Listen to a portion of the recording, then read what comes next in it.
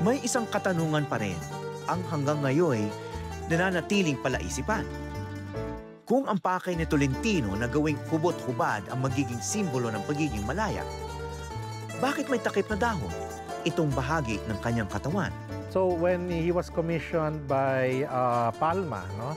Rafael Palma, at that time to do the oblation, the symbol of UP, ay ginawa niya totally nude yung figure na yon.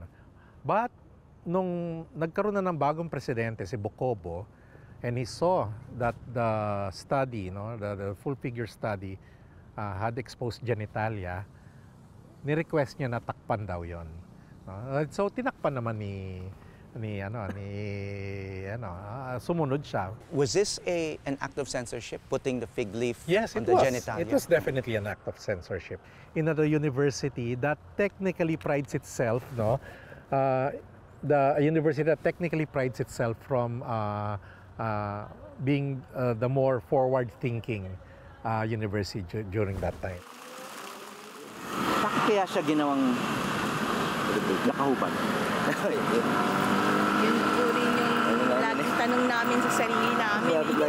Pero may dahon, napansin niyo? Opo, meron. Mas maganda ba kung wala na ng dahon? Siguro po mas okay na po yung may dahon. Pero kayo, sang-ayon ba kayo? Tanggalin na lang yung dahon? Okay lang nakaganyan. Original niyang di yun na lang din po.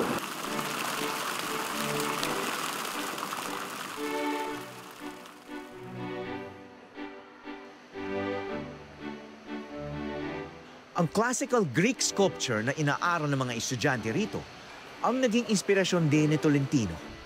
At halos lahat ito nakahubad.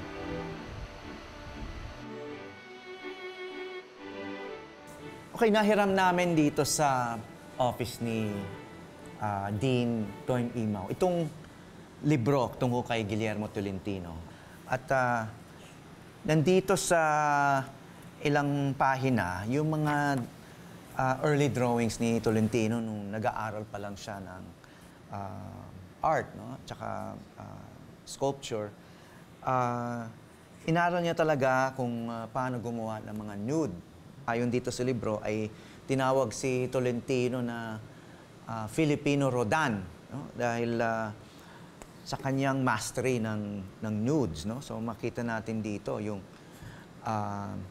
iba-ibang klaseng pose ng mga nude ni Tolentino. Hindi tabu para kay Tolentino yung gumawa ng mga nude drawing at sculpture.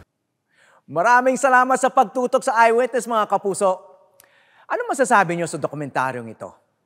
I-comment na yan at mag-subscribe sa GMA Public Affairs YouTube channel.